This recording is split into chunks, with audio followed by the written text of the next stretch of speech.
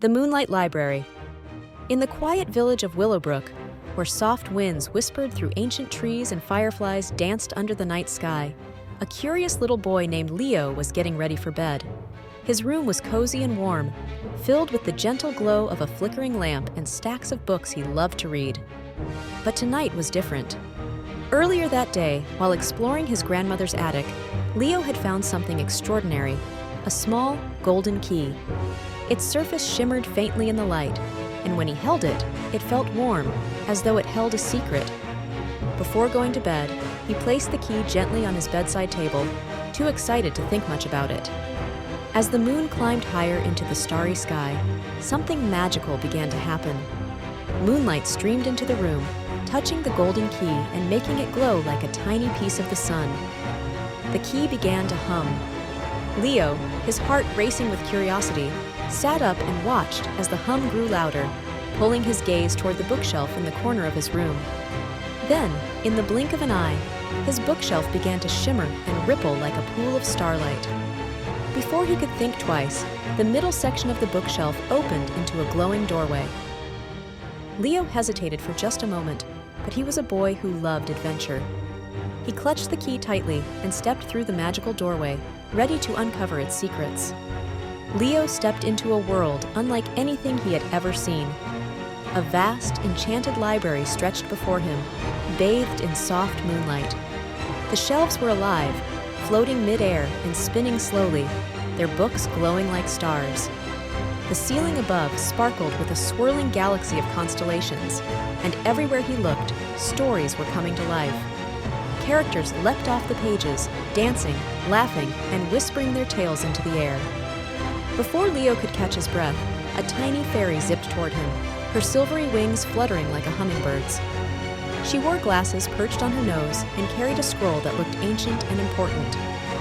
"Welcome, young traveler," said the fairy in a melodic voice. "I'm Maya, the librarian of the Moonlight Library. You found the key and entered the world of endless stories." Leo's eyes widened. "The Moonlight Library? I've never heard of it."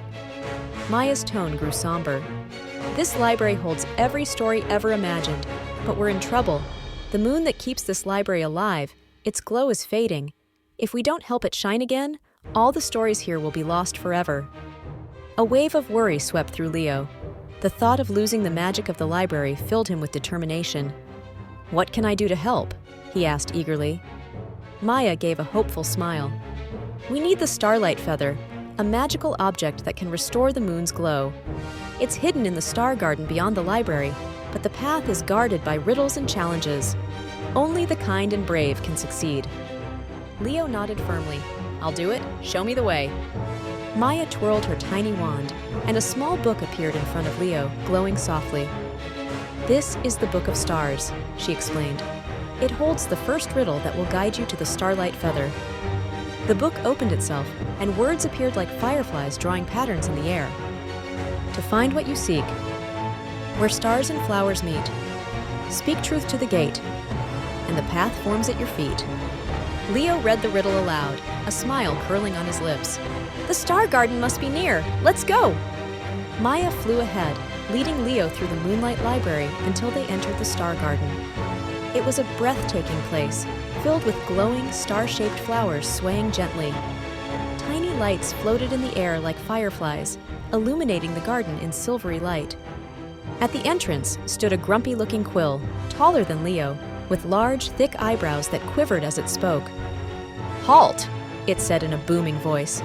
"To pass, you must answer my riddle." Leo nodded confidently, ready for the challenge. The quill cleared its throat and recited the puzzle. "I am not alive, yet I grow. I don't have lungs, yet I need air to glow. What am I?" Leo thought carefully, tapping his chin as Maya buzzed quietly beside him. Suddenly, he smiled and said, "A fire!" The quill's bushy eyebrows raised in surprise. "Correct!" it boomed, stepping aside. "You may pass." As Leo and Maya entered the Star Garden, they saw the Starlight Feather glowing softly atop a tall, magical tree made of silver branches that reached the sky. As Leo and Maya entered the Star Garden, they saw the Starlight Feather glowing softly atop a tall, magical tree made of silver branches that reached the sky. As Leo and Maya entered the Star Garden, they saw the Starlight Feather glowing softly atop a tall, magical tree made of silver branches that reached the sky. But reaching the feather wasn't going to be easy. The tree stood in the middle of a twinkling pool of starlight, and the only way across was to step on fluffy white clouds floating just above the water. How will we get there? Leo wondered aloud. Suddenly, a shy cloud painter appeared, a fluffy creature holding a tiny paintbrush. Its soft, round face peeked out from a swirl of mist. I can help you, it whispered nervously. With a few flicks of its paintbrush, the cloud painter created stepping stone clouds leading toward the tree. Leo began to hop across the clouds, but each step wobbled as though testing his courage. "You can do it," said Maya, her voice cheering him on. As Leo neared the tree, the clouds became farther apart, and the last step required a leap of faith.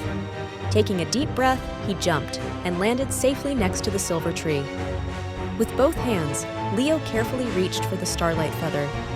The moment he touched it, it sparkled brighter than ever, releasing a warm, glimmering light. Leo returned to the Moonlight Library, with Maya fluttering excitedly beside him. He held the feather above the fading moon suspended high in the library center. "Place it here," Maya said, pointing to a crescent-shaped indentation. As Leo fitted the feather into place, the entire library erupted in a burst of silvery light. The moon glowed brighter than ever, spreading its soft magic across the shelves.